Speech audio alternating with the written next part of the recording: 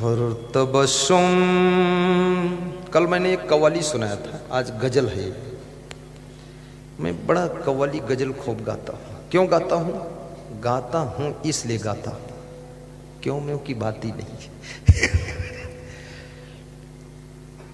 और मेरे पिताजी भी बहुत कव्वाली सुनाते थे, गजल सुनाते थे। अरबी, उर्दू, फारसी, हिंदी, अंग्रेजी, संस्कृत ये भाषा जानते थे। बहुत बड़े गायक थे और हर बात में सबको हंसाते थे। और महाराणा प्रताप जैसी मूंछ रखते थे। शानदार, ईमानदार, वफादार आदमी। 1000 में एक ही चमकता था आदमी। मुझसे कहते थे हम भी संत बनेंगे। तो हमने कहा आ जाओ मेरी मंडली में। बोले नहीं, हम अलग मंडली चलाएंगे तुमसे। तो हमने कहा अलग चला? तो बोले अगले जन्म में चलाएंगे। बुढ़े हो गए अब। तो ये गजल है, गम पर गजल है, गम। हर तबस्सुम खफा हो गया है, हर तमन्ना जुदा हो गई है।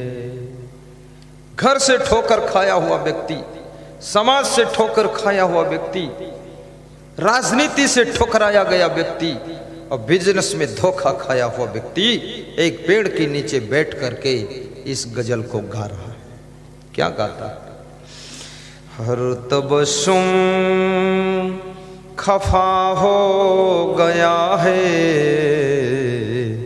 हर तमन्ना जुदा हो गई है।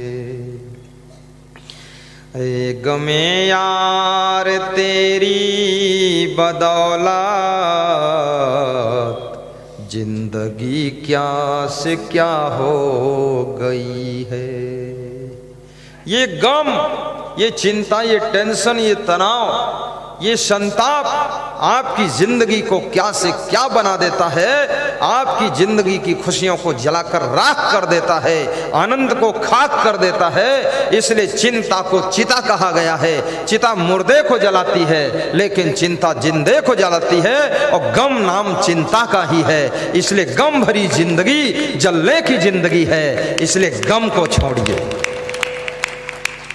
ऐ गमे यार तेरी बदौलत,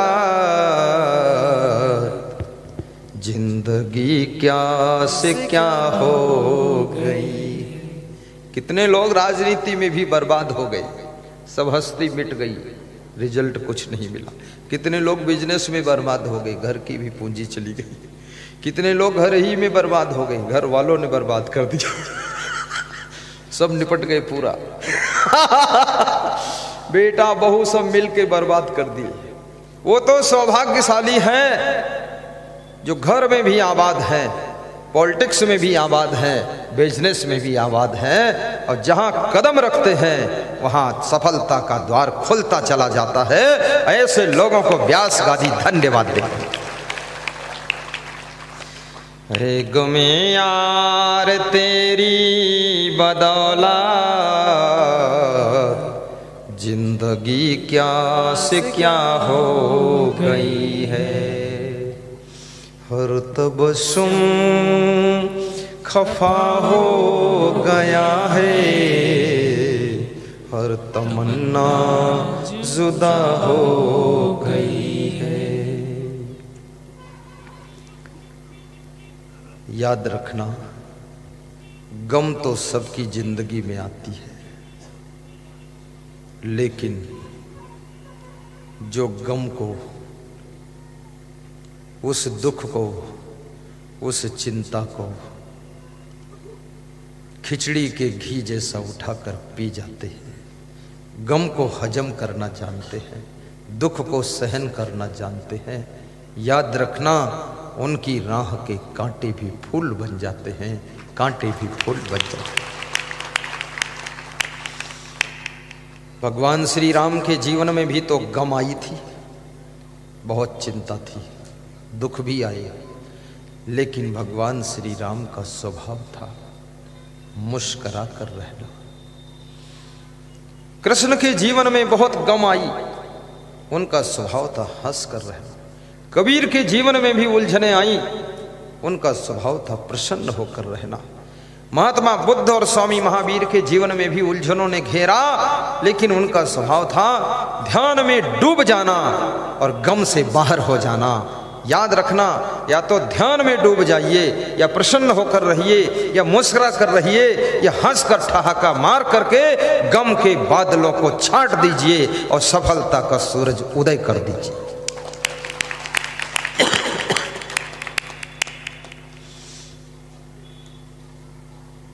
किसी गांव में एक मेला लगा हुआ था। मेला में बहुत दुकानें लगी हुई थी।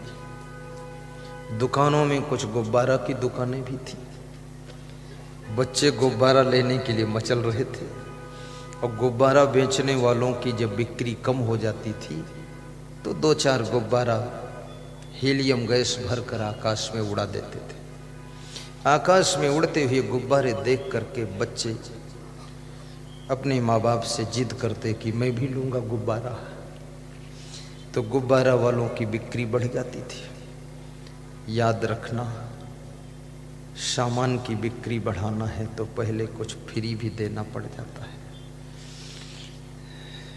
ये भी एक व्यापार का लेन देन का तरीका है। तो गुब्बारा लेने के लिए एक बच्चा मचल गया, अपने बाप से जिद कर लिया कि गुब्बारा लूँगा। बाप ने कहा क्या करेगा गुब्बारा, क्या फायदा गुब्बारा में? बोले लूँगा मैं तो फायदा और हानि से मतलब ही नहीं है। बालक वही है जो फायदा और हानि का ख्याल ना करे। जवानी में भी वो बच्चे के समान है। जिसको हानि लाभ का ज्ञान नहीं है वो बच्चा ही है। बूढ़ा होने के बाद भी जो परिणामदर्शी नहीं है वो अभी बच्चा ही है। शरीर भले बूढ़ा हो गया लेकिन उसका अनुभव भी बचकाना है। इसलिए परिणामदर्शी बुद्धि होनी चाहिए। और परिणामदर्शी बुद्धि वाला व्यक्ति असफल बहुत कम होता है। परिणाम सोचकर काम कीजिए। चलना संभल संभल के, माया नगर यही। बाप बेटे को ले जाकर गुब्बारा वाले के पास पहुंचता है। गुब्बारा खरीदने वालों की भीड़ है। वो बालक गुब्बारा बेचने वाले का लंबा कुर्ता देखता है। कुछ लोग बहुत लंबा कुर्ता पहनते हैं, घुटनों से भी नीचे आ जाता है। लंबा कुर्ता पहनने में बहुत आराम है। अंदर अंडरवियर ना पहनो तो भी चलेगा। हाँ लेकिन अंडरवियर जरूर पहनना चाहिए, क्योंकि कुर्ता हवा में उड़ जाए तो इज्जत का सवाल है। इसलिए अंडरवियर पहनना चाहिए।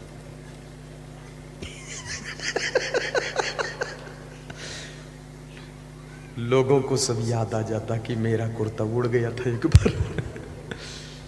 बहुत बड़ी घटना हुई। तो उसने उस लंबे कुर्ते को दोनों हाथों से पकड़कर खींचना शुरू किया नीचे। तो गुब्बारा बेचने वाला तो गुब्बारा बेचने में बिजी था। अब नीचे कोई कुर्ता खींच रहा जबरदस्ती, तो वो मुड़ा और नीचे तरफ देखा। बोले कौन खींच रहा है? तो उस बालक ने कहा मैं खींच रहा हूँ। बोले क्यों खींच रहे हो? गुब्बारा लेना तो इधर आओ। बोले गुब्बारा नहीं लेना है, गुब्बारा बेचने वाले से बात करना है। बोले बात करने का टाइम नहीं, उधर हटो। बोले बात ही करेंगे, गुब्बारा तो बात को लेंगे।